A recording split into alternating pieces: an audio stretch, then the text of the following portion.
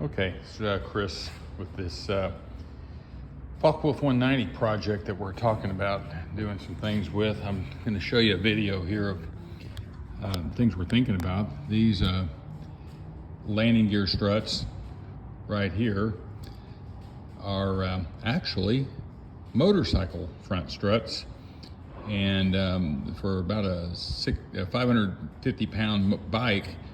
So they're pretty strong.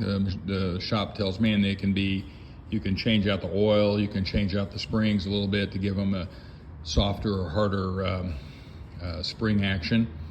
And right next to them, you can see a war aircraft oleo strut that is, this one I think came from war at the time, but basically they're manufactured by the builder these days.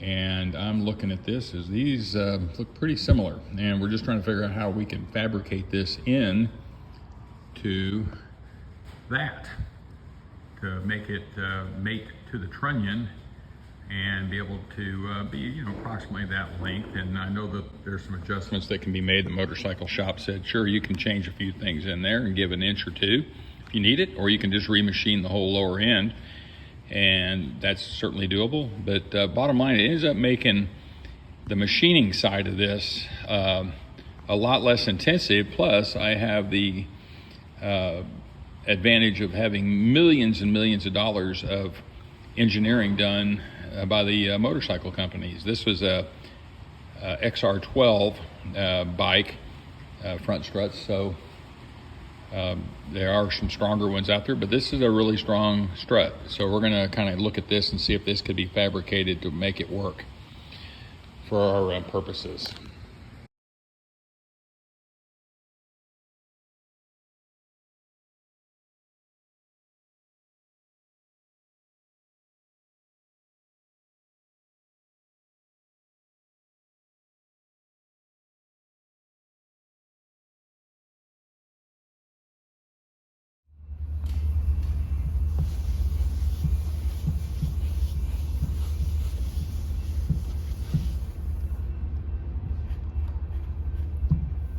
What are we doing?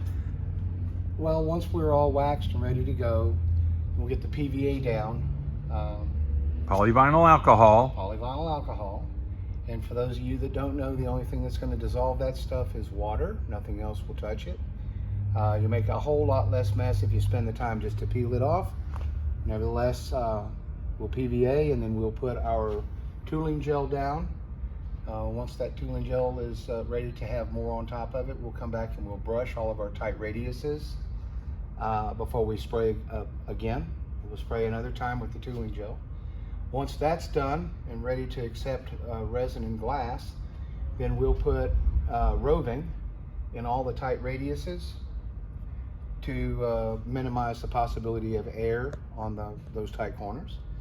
And then once that's done, we'll come back over the top of that with a little aerosol resin putty combination, smooth that up, radius it a little bit, and then we'll begin the layups. That way, when we're laying up the glass, we have a whole lot less propensity for trapping air in these areas. Cool. And then next week, today's the 20th. Yeah, so the plan is to get the skins on, the first skin down Monday.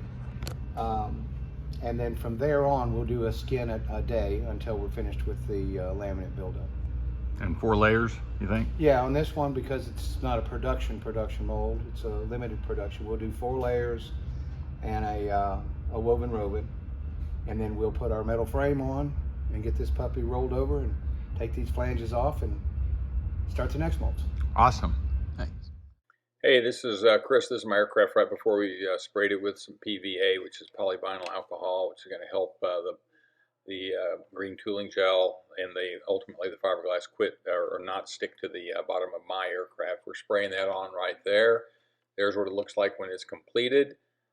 We do have to quickly get after putting the fiberglass on after we do spray that mold or that tooling gel on, and that's us doing it in time lapse.